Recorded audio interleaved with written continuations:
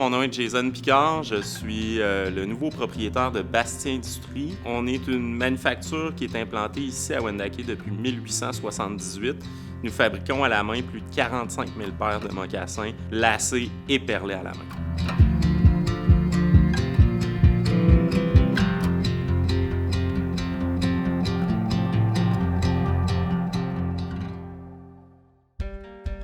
Donc, l'acquisition de Bastien Industrie s'est échelonnée sur un petit peu plus d'un an. Ça a été une période quand même assez compliquée. C'était la première fois que j'achetais une entreprise, que je rédigeais un plan d'affaires.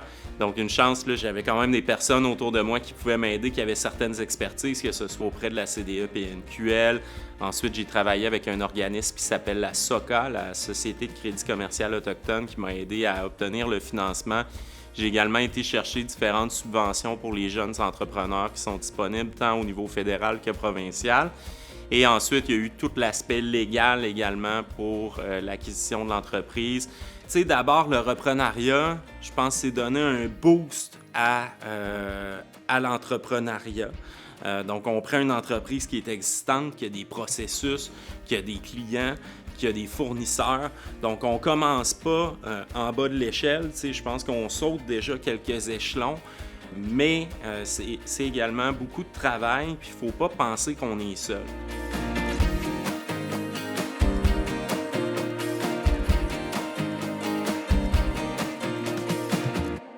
C'est sûr que pour moi, c'était un gros move, là, tu sais. Je lâchais une industrie que je connaissais comme le fond de ma poche, l'industrie touristique, pour me lancer dans un atelier de couture. J'ai jamais touché à une machine à coudre de ma vie. Fait qu'évidemment, c'était un peu anxiogène pour moi d'apprendre tous les rouages de gérer une manufacture de chaussures. C'est pourquoi j'ai passé un an avec l'ancienne propriétaire en transfert d'expertise. Et je dois avouer aussi que j'ai l'honneur de travailler avec une équipe formidable, une équipe dont certains employés sont là depuis plus de 25 ans, donc qui connaissent très bien leur métier. Fait que pour moi aussi, c'est un apprentissage. Évidemment, il y a beaucoup de travail au niveau administratif, que ce soit le marketing, les communications, la gestion financière, mais je me mets à mon horaire toujours au moins une demi-journée dans la manufacture pour vraiment apprendre le travail sur le plancher, comment ça se passe.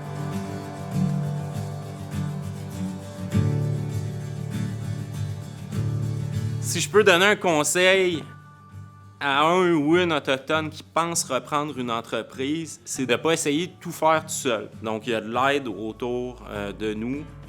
On mentionne ici le CDE PNQL. Évidemment, dans la plupart des communautés, les conseils de bande ont des agents de développement économique qui peuvent nous supporter également. Puis d'aller chercher aussi de l'expertise extérieure de la communauté.